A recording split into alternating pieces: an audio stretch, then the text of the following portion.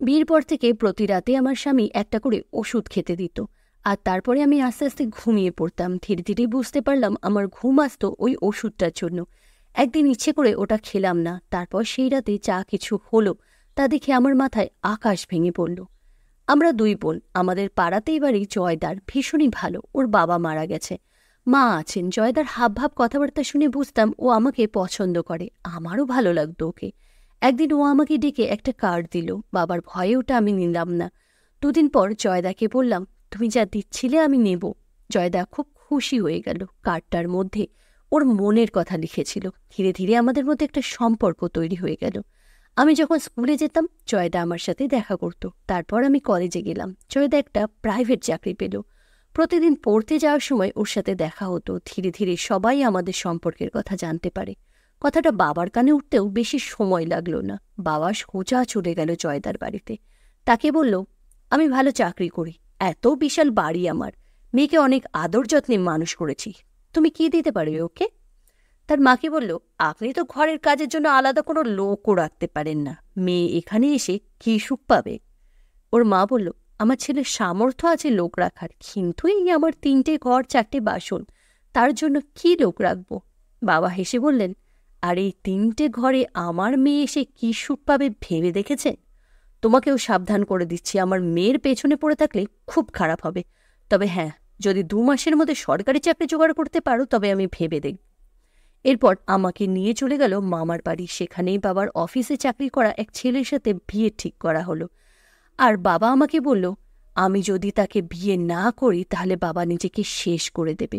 সব শোনার পর জয়দা বলল, বড়দের কষ্ট দিয়ে আমরা কোনোদিন সুখী হতে পারবো না, তুমি বিয়েটা করে নাও। সেকেন্ড ইয়ারে পড়তে পড়তেই আমার বিয়ে হয়ে গেল। ফুলসজ্জার রাতে আমার স্বামী ঘরে ঢুকে আমাকে একটা ছোট্ট ট্যাবলেট দিয়ে বলল, এটা খেয়ে নাও, বিবাহিত মেয়েদের এটা খেতে হয়, এখন থেকে রোজ এটা তোমাকে খেতে হবে। ওষুধটা খাওয়ার পর আমার ঘুম চলে আসলো। পরের দিন ভাবলাম হয়তো সারাদিনের ক্লান্তির জন্য এমনটা হয়েছে, কিন্তু না, প্রতিদিনই আমার স্বামী আমাকে ওই ওষুধটা দিত আর আমি ঘুমিয়ে পড়তাম। পরের দিন সকালবেলা দেরি করে ঘুম থেকে উঠলেও বাড়িতে কেউ কিছু আমাকে বলতো না। ওই বাড়িতে ছিল আমার শাশুড়ি, এক দূর সম্পর্কের ননদ আর তার স্বামী। ওনাদের একটা ছেলেও আছে, সে হস্টেলে থাকে। আমার ওই ননদের স্বামীর একটা দিক প্যারালাইজড, ননদও চাকরি করে। শাশুড়ি মাঝে মাঝেই বলতেন, চোখ কান খোলা রাখবে, এই বাড়িতে তোমার পেছনে অনেক কিছুই ঘটে। তারপর একদিন রাতে যখন আমার স্বামী ওই ওষুধটা দিল, আমি মুখের এক পাশে ওটা রেখে দিলাম, গিললাম না, আর ঘুমের ভান করে পড়ে থাকলাম। দেখলাম আমার স্বামী আমাকে কোলে করে বিছানা থেকে নামিয়ে মেঝেতে শুয়ে দিল। তারপর ওই ঘরে ঢুকে পড়ল আমার ননদ। কিছুক্ষণ পর তাদের মধ্যে যা কিছু চলছিল তা দেখে আমি আর সহ্য করতে না পেরে চিৎকার করে বলে উঠলাম, এসব কি হচ্ছে? তখন ননদ বলল, আজকে তুমি ওকে ওষুধ দাওনি? আমি বললাম, দিয়েছিল, আমি খাইনি, লজ্জা করে না এসব করতে, তোমরা না ভাই বোন? আমার স্বামী বলল, যখন তুমি জেনে গেছো তাহলে বাকিটাও বলে দিই, আমরা ভাই বোন নই, আমরা দুজনে একই অফিসে চাকরি করতাম, সেখানেই আমাদের মধ্যে ভালোবাসার সম্পর্ক হয়। তারপর আমি বদলি হয়ে চলে আসি তোমার বাবার অফিসে। আমাদের দেখা সাক্ষাৎ খুব কম হতো, তাই দুজনেই নিজেদের বাড়ি থেকে বেরিয়ে এসে এই বাড়ি করি একসাথে থাকার জন্য।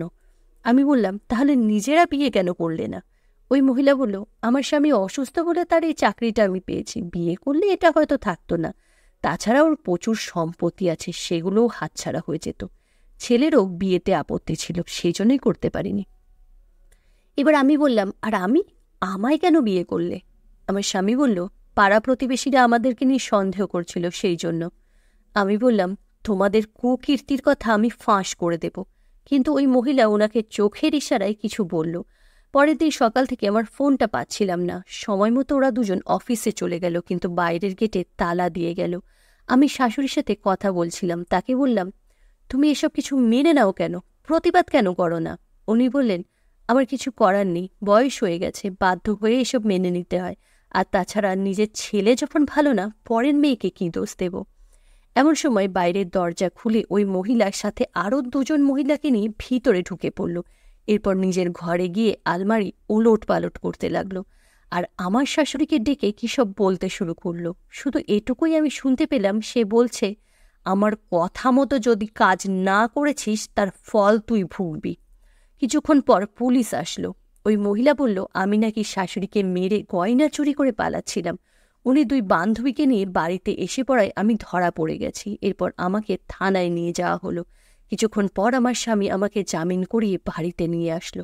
আমি মনে মনে খুশি হয়ে গেলাম যে অন্তত উনি আমাকে বিশ্বাস করেছেন। আমি বাড়িতে এসে ওনাকে বললাম, আমি কিছু করিনি, এ আমাকে ফাঁসিয়েছে। তখন আমার স্বামী বলে উঠল, জানি এসব আমাদের দুজনেরই প্ল্যান ছিল। এখন তো শুধু চুরির কেসে ফাঁসিয়েছি, এরপর আমাদের কথা শুনে না চললে ওর স্বামীকে খুনের দায়ে তুমি জেলে যাবে।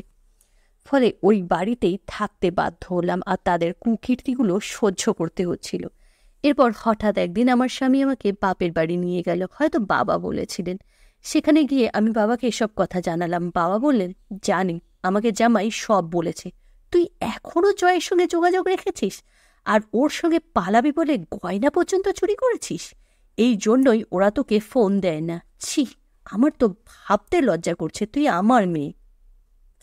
কথাগুলো শুনে আমার স্বামী মুচকে মুচকে হাসছিল। বুঝলাম উনি আগে থেকে এইসব কথা বাবাকে বলে রেখেছে। তারপর আবার ওই জমপুরিতে ফিরে গেলাম। এখন আর আমাকে ঘুমের ওষুধ দেয় না। রাতে আমি শাশুড়ির সাথেই থাকি আর ওরা দুজন থাকে এক ঘরে। শুধুমাত্র ওই মহিলার ছেলে বাড়ি আসলে চিত্রটা অন্যরকম হয়। আমি ভাবছিলাম কি করে এর থেকে মুক্তি পাই। বেশ কয়েকটা মাস কেটে গেল। তারপর একদিন হঠাৎ একটা বুদ্ধি মাথায় আসলো। অনেক খুঁজে বাড়িতে একটা সাদা কাগজ আর পেন পেলাম। সেখানে নিজের সমস্ত ঘটনা লিখে রাখলাম। তারপর স্বামীকে বললাম একদিনের জন্য বাপের বাড়ি ঘুরিয়ে আনতে। জানতাম ওখানে গিয়ে আমাকে পাহারা দিয়ে রাখা হবে। মাকে বললাম আমার বান্ধবী নেহাকে ডাকতে। নেহা আসলে ওকে জড়িয়ে ধরার বাহানায় হাতে ওই কাগজটা গুজে দিয়ে কানে কানে বললাম, খুব বিপদে পড়েছি, বাড়িতে গিয়ে এটা পড়বি, সব বুঝতে পারবি। তারপর সেদিনই আমাকে আবার শ্বশুরবাড়ি ফিরে আসতে হলো। এবার আমার বাবা আর মার একটু একটু সন্দেহ হতে শুরু করেছিল। ওদিকে 4-5 দিন কেটে গেল, কিন্তু বুঝতে পারলাম না নেহা আমার বিপদের কথা শুনে কিছু করতে পারল কিনা। এমন সময় হঠাৎ কলিং বেলের আওয়াজ। দরজা বাইরে থেকে বন্ধ থাকে। দেখি ডেলিভারি বয় সেজে সেখানে এসেছে জয়দা।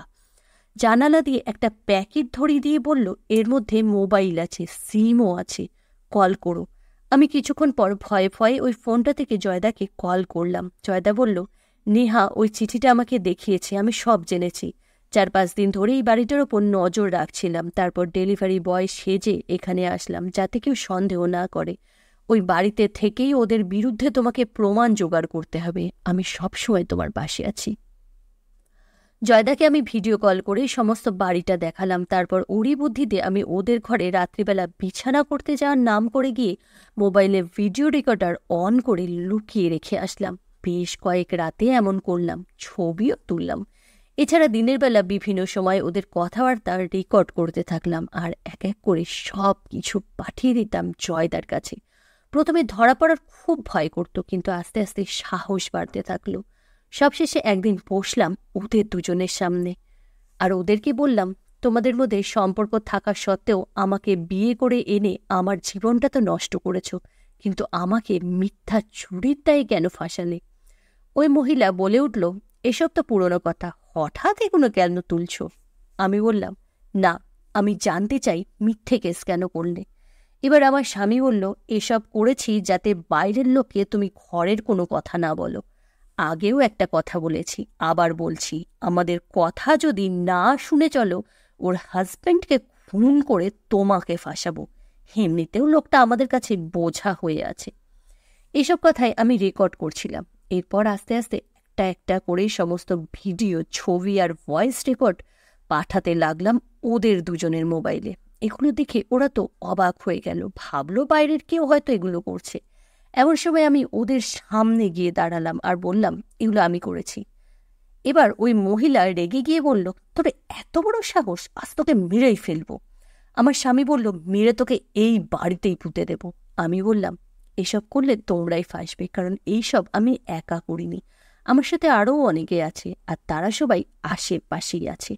এবার আরেকটু বাড়িয়ে বললাম, এখনও এখানে যা কিছু হচ্ছে সব অন্য জায়গায় লাইভ টেলিকাস্ট হচ্ছে, তাই আমার কিছু হয়ে গেলে তোমরা ফাঁসবে। ওরা দুজন সংযত হয়ে গেল। তারপর দুজনের মধ্যে কি আলোচনা করতে লাগলো। কিছুক্ষণ পর এসে আমাকে বলল, তুমি কি চাও বলো? তোমাদের জেলে পাঠাতে চাই, অপরাধের শাস্তি দিতে চাই। এবার ওই মহিলা বলল, তাতে তোমার কোনো লাভ হবে না, তার বদলে কিছু টাকা নিয়ে তুমি মিটমাট করে নাও। আমি নিজের ঘরে গিয়ে ব্যাপারটা অনেকক্ষণ চিন্তা করলাম, ভাবলাম এদের এগেনস্টে কোনো কেস করলে টাকা দিয়ে কোনো না কোনোভাবে ছাড়া পেয়ে যাবে।